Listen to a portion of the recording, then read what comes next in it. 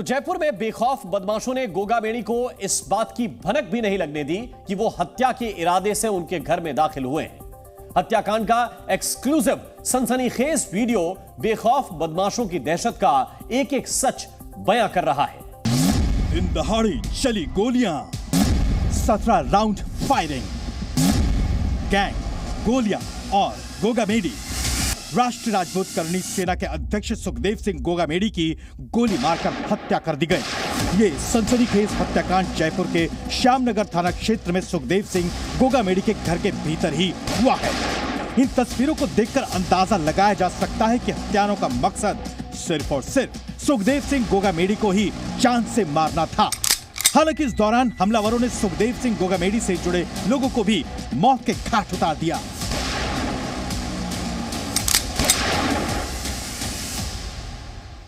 तीन लोग यहाँ आए थे। यहाँ बाहर से सूचना दे दिया कि मिलना है हमें सुखदेव सिंह जी से। तो सुखदेव सिंह जी से उनका जो पीएस जो सिक्योरिटी है वो जाके पूछ लिया। तो उनका अनुमति मिलने के बाद तीनों लोग अंदर गया। वहाँ करीबन 10-1 मिनट उनके साथ बातचीत किया। 10-1 मिनट के बाद उनके ऊपर फायरिंग किया। उस फायरिंग में सुखदेव सिंह जी का डेथ हो गया। उनके बगल में जो सिक्योरिटी खड़ा था उनके भी गोली लग गया। वो अभी हॉस्पिटल में आईसीयू में है। और इस क्रॉसफायर के दौरान 3 हमलावरों में एक का भी डेथ हो गया। अब आपको सिलसिलेवार ढंग से बताते हैं कि आखिर इस घटना को कैसे अंजाम दिया गया। राष्ट्रीय राजपूत करनी सेना के अध्यक्ष सुखदेव सिंह गोगामेडी दाईं तरफ सोफे पर बैठे हुए थे। अपने मोबाइल फोन पर उनका ध्यान था। इस बीच बगल में एक शख्स भी उनकी दाईं तरफ खड़ा था, जबकि दूसरी तरफ लाल शर्ट पहना ये शख्स भी यहाँ मौजूद था। ये दोनों गोगामेडी के साथ ही थे। सामने के सोफे पर 2 बदमाश शांत बैठे थे, शायद हत्याकांड को अंजाम देने की तलाश में थे। इस बीच सफेद कमीज पहने हुआ ये बदमाश तुरंत गोलियों की बौछार कर देता है और निशाने पर होते हैं राष्ट्रीय राजपूत करनी सेना के अध्यक्ष सुखदेव सिंह गोगामेडी। अब तक दहशत फैल चुकी थी। यही सफेद शर्ट वाला शख्स गोगामेडी की बाईं तरफ बैठे लाल शर्ट पहने शख्स को भी अपनी बंदूक का निशाना बना लेता है। इस बीच दूसरा बदमाश भी हरकत में आ जाता है। वो जैसे ही खड़ा होता है, सफेद कमीज पहने हुआ बदमाश दरवाजे पर खड़े गोगामेडी के साथ मौजूद शख्स पर भी गोलियां चला देता है। वो वहीं ढेर हो जाता है। दोनों ही बदमाश लगातार गोलियां बरसा रहे थे और तब तक गोलियों की बौछार करते रहे जब तक हत्याकांड को अपने प्लान के मुताबिक अंजाम नहीं दे दिया। बाहर से बदमाशों पर फायरिंग होती है, लेकिन दोनों ही बदमाश जवाबी फायरिंग करने लगते हैं। बदमाश बेखौफ गोलियां बरसाते हुए बाहर निकल जाते हैं। 3 लोग जो आए थे घर पे और 10 मिनट तक उन्होंने गोगामेडी से बैठकर घर पे बातचीत की है। बातचीत करने के बाद उन्होंने जो घटनाक्रम को जो अंजाम दिया है, बैठकर 10 मिनट बातचीत की। बातचीत करने के बाद उन्होंने गोलीबारी शुरू की और जब गार्ड वहीं पे मौजूद था और बीच बचाव किया तो गार्ड को भी गोली लगी और साथ ही बीच बचाव के दौरान उनके व्यक्ति को भी जो गोली लगी थी, जैसे कि अभी कमिश्नर साहब कह रहे थे कि उनकी भी एक मौत हो चुकी, क्योंकि हमने पहले बता दिया जिस तरीके से हमें सूचना मिल रही थी कि बदमाशों में एक की मौत हो चुकी है। तो वो यहाँ से जो गाड़ी लेके आए थे, वो गाड़ी क्योंकि जो व्यक्ति चलाना जानता था, क्योंकि उसी की ही गोली लगी थी, ऐसे में उन्होंने उसको तुरंत प्रभाव से यहाँ से ले जाने के लिए बाजार बीच मेन रोड पर जाकर स्कूटी सवार को रुकवाकर तुरंत ही उस पर भी गोलीबारी की। पुलिस के मुताबिक क्रॉस फायरिंग में एक बदमाश ढेर कर दिया गया, जबकि बाकी बदमाश वहां से बच निकलने में कामयाब हो गए। यहाँ से जब भाग रहा था, यहाँ से जब जा रहा था, तो उनको एस्केप के लिए गाड़ी ले नहीं पाया, क्योंकि जिसने गाड़ी लेके आया था उनका क्रॉसफायर में मृत्यु हुआ। तो उनको गेट अवे के लिए एक स्कूटी छीन के वो स्कूटी में भाग गया। राजस्थान के विधानसभा चुनाव अभी खत्म हुए थे कि इस घटना ने राजस्थान के कानून व्यवस्था की कलई खोलकर रख दी है। इस बीच लॉरेंस बिश्नोई गैंग के गैंगस्टर ने इस हत्याकांड की जिम्मेदारी ली है। ब्यूरो रिपोर्ट, ज़ी मीडिया। इस हत्याकांड के बाद जयपुर में दहशत का माहौल है। लोग कई तरह के सवाल पुलिस के ऊपर पूछ रहे हैं। हमारे साथ इस वक्त ज्यादा जानकारी के साथ दिनेश तिवारी और अंकुर त्यागी सीधे जुड़ रहे हैं। सीधे उनकी तरफ चलते हैं। अंकुर, सबसे पहले जरा अपडेट इस वक्त का बताइएगा, क्योंकि हमने ये भी देखा कि बड़ी तादाद में लोग इकट्ठा हुए, शव लेने से इनकार किया गया। इस वक्त की क्या स्थिति है? देखिए राम, मैं इस वक्त उस हॉस्पिटल में मौजूद हूँ। मेट्रो मास नाम का हॉस्पिटल है जहाँ पर वो डेड बॉडी को अभी रखा गया है। पुलिस प्रशासन अभी भी यहाँ पे लॉ एंड ऑर्डर की किसी भी तरह के बिगड़ ना जाए इस अंदेशी से खुद पुलिस प्रशासन के आला अधिकारी इस वक्त आपको इस हॉस्पिटल की जो प्रेमाइसिस में आपको देखने के लिए मिल जाएंगे। अतिरिक्त सुरक्षा बलों को भी यहाँ लगाया गया है। उसकी वजह क्या है? वो हॉस्पिटल के ठीक बाहर एक बड़ा भीड़, एक बड़ा हुजूम आपको देखने के लिए मिल जाएगा। राजपूत समाज, करनी समाज और सुखदेव से डायरेक्टली और इनडायरेक्टली जुड़े हुए किसी न किसी तरीके से जुड़े हुए जो लोग हैं वो आपको बड़े पैमाने पर यहाँ पर देखने के लिए मिल जाएंगे, क्योंकि पूरी सड़क तक जो चक्काजाम है वो लगा हुआ है। समाज से जुड़े हुए, राजपूत समाज से जुड़े हुए जो तमाम जो लोग हैं उनका यहाँ आना अभी लगातार जारी है और जितने भी इस वक्त समाज से जुड़े हुए जो बाकी के लोग हैं उनको यहाँ पे अलग अलग लोग जो हैं वो अपने एड्रेस कर रहे हैं, अपनी बातें कर रहे हैं। थोड़ी देर पहले यहाँ पर राजेंद्र गुड़ा भी आए थे, विधायक थे, एक और विधायक मनोज न्याती वो भी यहाँ पर आए थे। समाज के जो लोग हैं वो मुख्यतः 4 से 5 मांगें इस वक्त यहाँ पर कर रहे हैं। जो सबसे प्रमुख मांग है वो ये बात को है कि जो 2 अपराधी हैं जो अभी तक पुलिस की पकड़ में नहीं आए हैं, पहले तो उनको पकड़ा जाए। दूसरा, जो मृतक हैं इस पूरे हत्याकांड में उनको फिलहाल आर्थिक मदद यहाँ पर दी जाए, उनके घर परिवार के जो सदस्य हैं उनको सरकारी नौकरी दी जाए। इसके अलावा जो दोषी पुलिस अधिकारी व प्रशासन से जुड़े जो लोग हैं जिनसे नहीं दी, किन वजहों से नहीं दी, उनको आइडेंटिफाई किया जाए, उनके खिलाफ कार्रवाई की जाए। तो ये तमाम वो डिमांड है। भीड़ तब तक रहेगी जब तक अपराधी नहीं पकड़े जाते, ये बात बिल्कुल साफ कर दी है समाज के लोगों ने। बिल्कुल अकबर, आप हमारे साथ रहिए। दिनेश, आप भी हमारे साथ जुड़े रहिए। मैं वापस आपके पास, दोनों के पास लौट कर आऊंगा। जिस तरह से घटना हुई है, क्योंकि जयपुर में एक छोटे से कमरे में सिर्फ 18 सेकंड के अंदर 17 गोलियां चलाई गई। सीसीटीवी में पूरा वीडियो रिकॉर्ड हो गया और अब यह पता चला है कि इस हत्याकांड का डायरेक्ट कनेक्शन जयपुर साफे से है। साफा की मदद से ही हत्यारों ने सुखदेव सिंह के घर में एंट्री ली, उनसे मिलने का वक्त तय किया और उसके सहारे ही गोगा मेडी के करीब पहुंचकर उनकी जान ले ली। एक सवाल यह भी है कि क्या सुखदेव सिंह की हत्या में पाकिस्तान का भी हाथ है? कुछ वक्त पहले उन्होंने खुद ही एक बयान देकर ऐसा दावा किया था और आज हमला करके सुखदेव सिंह की जान ले ली गई। सुखदेव गोगामेडी पर जानलेवा फायरिंग के लिए जोधपुरी साफे का सहारा लिया गया। साफा पहनाने के नाम पर हमलावरों ने घर में एंट्री ली और फिर 17 गोलियां मारकर सुखदेव गोगामेडी की जान ले ली।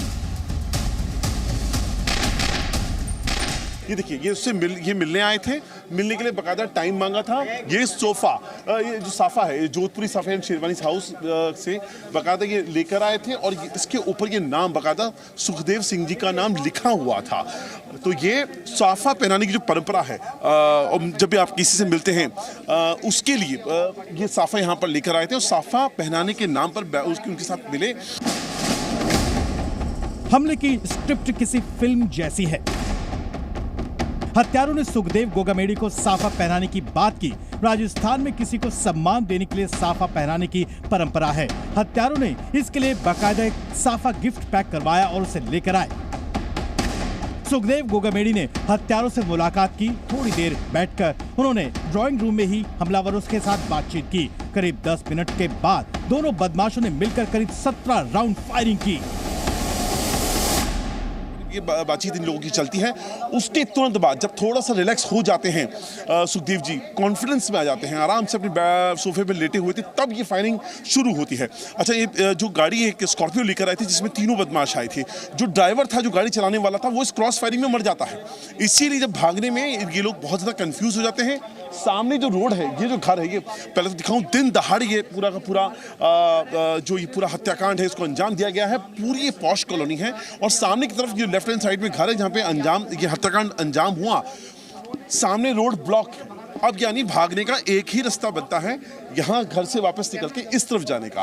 अब वहाँ पर एक गाड़ी आगे मिलती है, गाड़ी सवार को एक बंदूक के दम पर रोकने की कोशिश की जाती है, वो रुकता नहीं है, फायरिंग होती है, वो आगे भाग जाता है।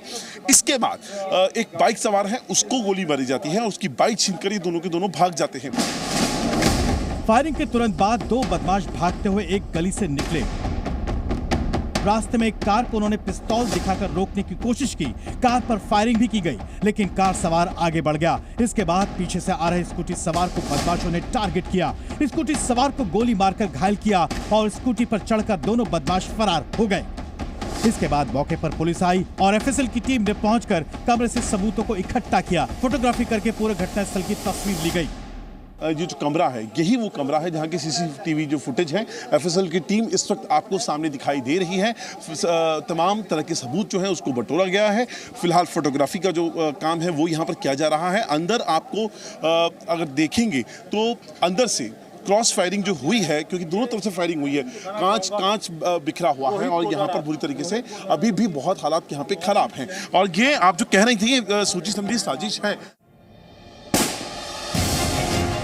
हमले के बाद लॉरेंस बिश्नोई गैंग के गैंगस्टर रोहित गोदारा ने हत्या की जिम्मेदारी ली है। सोशल मीडिया पर एक पोस्ट शेयर करके रोहित गोदारा ने इसका ऐलान भी किया।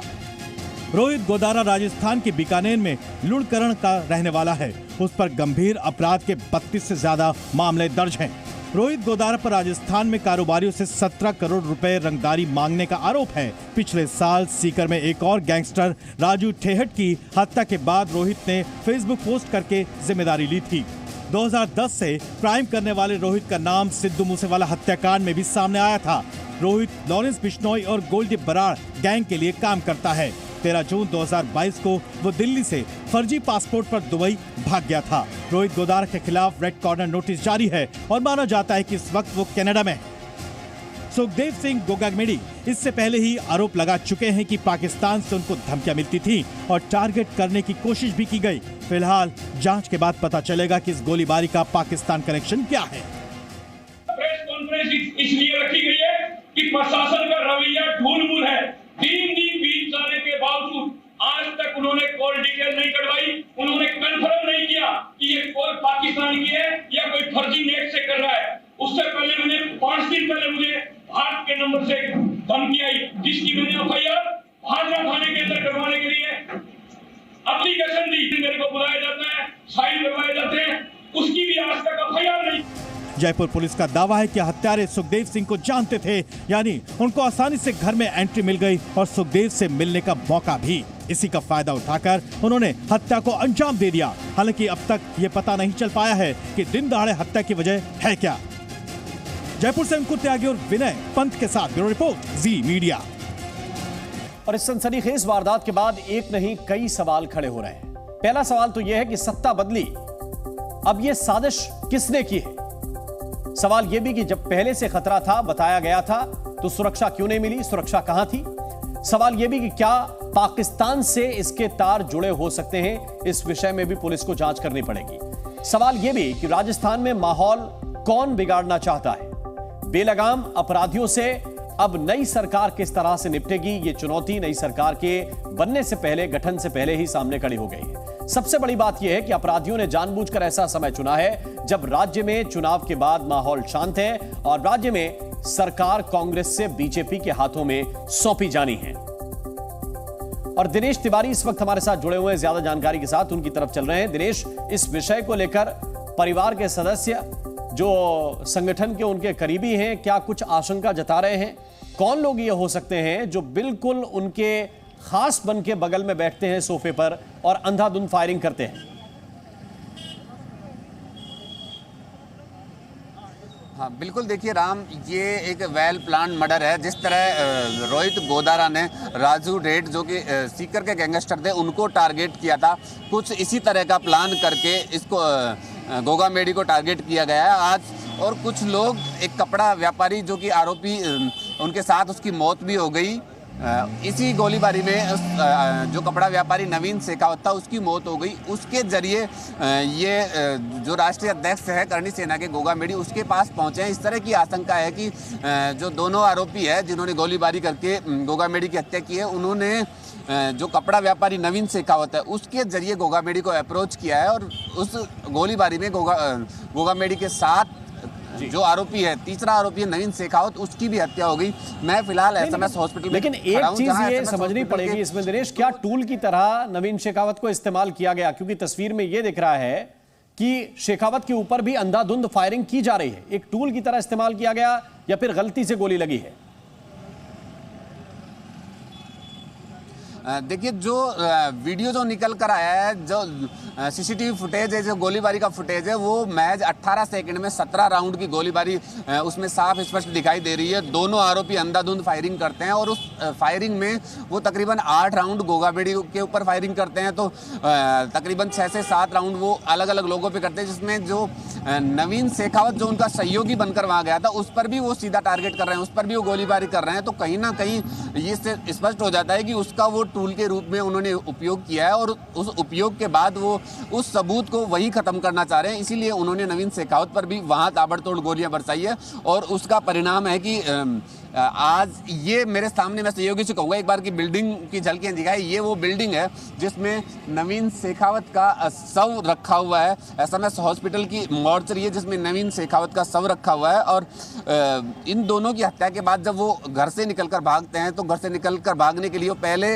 एक कार चालक को पिस्टल दिखाकर रोकने का प्रयास करते हैं, लेकिन जब कार चालक वहां से फरार हो जाते हैं, नहीं रोकते गाड़ी, तब स्कूटी चालक पर वो फायरिंग करते हैं और स्कूटी चालक को रोकते हैं। गोली मारने के बाद स्कूटी चालक वहीं गिर जाता है। वो स्कूटी लेके वहां से फरार होते हैं और वो स्कूटी के जरिए भागने के बाद स्कूटी चालक को पुलिस ने एसएमएस हॉस्पिटल के ट्रॉमा सेंटर में भर्ती करवाया, जहां ट्रॉमा सेंटर में उसका इलाज चल रहा है। दिनेश, मैं आपके पास वापस लौट कर आता हूं। अंकुर त्यागी भी इस वक्त हमारे साथ बने हुए, सीधे उनकी तरफ चलते हैं। अंकुर, इसके पीछे क्या क्या कनेक्शन अब तक निकलकर सामने आए हैं? और ये कहा जा रहा था कि जयपुर पुलिस बड़ी एक्टिव पुलिस है, बहुत तेजी के साथ नाकेबंदी की गई है। क्या अब तक कोई सफलता मिली है? देखिए, अभी तक तो कोई सफलता मिलती हुई नजर नहीं आ रही है। कम से कम हम मीडिया के पास तो इसके बारे में वेयर अबाउट्स बिल्कुल पता नहीं है। हो सकता है एजेंसीज लगी हों, स्टेट इंटेलिजेंस एजेंसी अपनी जो लोकल पुलिस के साथ यकीनन कर रही होगी, क्योंकि इस वक्त इसमें बहुत ज़्यादा स्टेट की पूरी रिस्पेक्ट, यहाँ पर जो पुलिस की रिस्पेक्ट जो होती है वो यहाँ पर दाव पे लगी हुई है। दिन दहाड़े ये कांड हुआ है और जिस लोकेलिटी में हुआ है ये बेहद अपने आप में आलिशान, इसको अगर मैं शब्द इस्तेमाल करूँ तो वो अतिशयोक्ति नहीं होगी, कॉलोनी है और अच्छे खासे परिवार वहाँ रहते हैं। और उस कॉलोनी में इस तरह की वारदात का अंजाम देकर अभी तक ना पकड़ा जाना, ये अपने आप में पुलिस की और प्रशासन की जो साख है उसके ऊपर दाव लगा रहा है। इसीलिए यकीनन तौर पर स्टेट इंटेलिजेंस की जो टीम होगी, वो जो लोकल पुलिस है उनके साथ मिलकर यहाँ पर इस वक्त कोई ना कोई ऑपरेशन कर रहे होंगे, ऐसा मुझे लगता है। आपने वजह के बारे में पूछा था, वजह कई सारी निकल कर आ रही हैं। अगर एक जो स्टेटमेंट है जो हमारे पास है और जो हम लगातार चला रहे हैं गोगामड़ी का, जिसमें वो पाकिस्तान का कनेक्शन निकालने की बात कर रहे हैं, जो धमकी उनको मिल रही है उसमें पाकिस्तान का कनेक्शन है। आपसे भी, दिनेश से भी हम जानकारी लेंगे। आप दोनों हमारे साथ बने रहिए। जब आपकी जमीन पर कोई दूसरा कब्जा कर ले तो जाहिर है आपका भी खून खौलेगा। पाकिस्तान ने भी 76 सालों से भारत की जमीन पर कब्जा कर रखा है। यह जमीन है पाकिस्तान के कब्जे वाला कश्मीर, पीओके। अब भारत की कोशिश है कि पीओके को जल्द से जल्द पाकिस्तान के कब्जे से मुक्त कराया जाए। और आज इसी कड़ी में भारत ने एक और कदम उठाया। लोकसभा में जम्मू कश्मीर पुनर्गठन संशोधन विधेयक पेश किया गया। इस विधेयक में प्रावधान है कि जम्मू कश्मीर विधानसभा में 2 सीटें विस्थापित कश्मीरी पंडितों के लिए और 1 सीट पीओके के विस्थापितों के लिए रिजर्व रहेगी। इस विधेयक के जरिए भारत ने पाकिस्तान को पीओके विलय का ट्रेलर दिखा दिया है। जम्मू एंड कश्मीर के पीओके को आप भारत का हिस्सा नहीं मानते हो क्या? एग्रेसिव ना हो, जान दे देंगे इसके लिए। 5 अगस्त 2019 वो तारीख जब गृह मंत्री अमित शाह ने लोकसभा में जम्मू कश्मीर से अनुच्छेद 370 और धारा 35A हटाने का ऐलान किया था, जिसके बाद नए जम्मू कश्मीर का उदय हुआ। और अब करीब 4.25 साल बाद 5 दिसंबर 2023 को गृह मंत्री अमित शाह ने देश की नई संसद से पीओके के लोगों को अधिकार दिलाने वाला कदम उठा दिया है। अमित शाह ने लोकसभा में एक संशोधन विधेयक पेश किया। यह संशोधन विधेयक पीओके के वापसी का ट्रेलर माना जा रहा है। इस विधेयक का नाम है जम्मू कश्मीर पुनर्गठन संशोधन विधेयक 2023।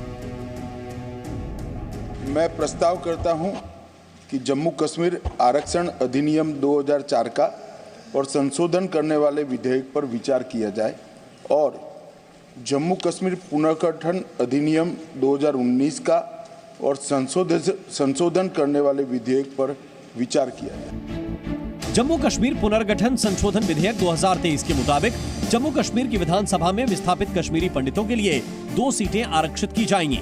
उपराज्यपाल विस्थापित कश्मीरी पंडितों के 2 सदस्यों को नॉमिनेट कर सकते हैं। इनमें एक सदस्य महिला होनी चाहिए। इस संशोधन विधेयक की सबसे खास बात है जो पाकिस्तान को चुभने वाली है। विधेयक में प्रावधान है कि पाकिस्तान के कब्जे वाले कश्मीर पीओके के विस्थापित लोगों का प्रतिनिधित्व करने वाले एक सदस्य के लिए भी विधानसभा में एक सीट आरक्षित रहेगी। उपराज्यपाल एक सदस्य को नॉमिनेट कर सकते हैं। सरकार के इस कदम के बाद पीओके विस्थापितों का जम्मू कश्मीर में प्रतिनिधित्व होगा और वो प्रदेश की विधानसभा में पीओके में हो रहे अत्याचारों को उठा सकते हैं। जम्मू एंड कश्मीर के पीओके को आप भारत का हिस्सा नहीं मानते हो क्या? एग्रेसिव ना हो, जान दे देंगे इसके लिए। नहीं है, हम 1950 विधेयक पर बहस के दौरान गृह मंत्री ने एक बार फिर विपक्षी नेताओं को याद दिलाया कि इस देश में 2 संविधान और 2 प्रधान वाली गलती जो पिछली सरकारों ने की थी उसे पीएम मोदी ने ही दुरुस्त किया है।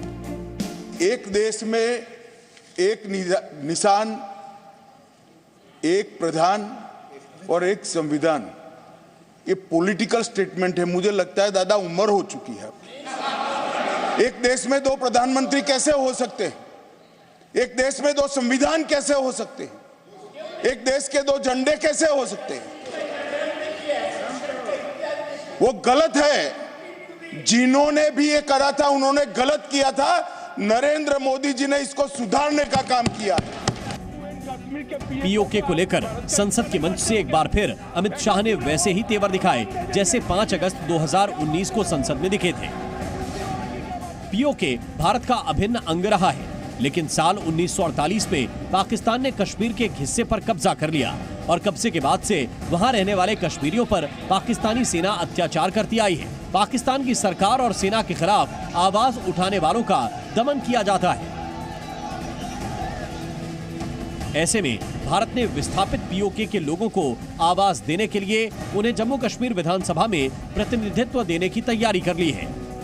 जम्मू कश्मीर विधानसभा में पीओके की 24 विधानसभा सीटें आरक्षित रहती हैं, लेकिन ये सीटें खाली रखी जाती हैं क्योंकि पीओके पर पाकिस्तान का कब्जा है। अब भारत की कोशिश है कि 76 साल पुरानी गलती दूर हो। खुद प्रधानमंत्री नरेंद्र मोदी भी पीओके पर भारत की कसक का जिक्र कर चुके हैं। जम्मू कश्मीर भारत का हिस्सा है, कुछ हिस्सा उनके हाथ चला गया है। गैर कानूनी तरीके से कब्जा करके रखा, कसक कभी भी हमारे दिलों में है। देश के बड़े मंत्री भी पीओके को लेकर आश्वस्त दिखाई देते हैं। पीओके पर सिर्फ गैर कानूनी कब्जा कर लेने से पाकिस्तान की कोई लोकस स्टैंडाई नहीं बनती है। वह भारत का ही हिस्सा था, है और आगे भी हम मानते रहेंगे। देखिए, पीओके अपने आप भारत के अंदर आएगा, थोड़ा सा इंतजार कर।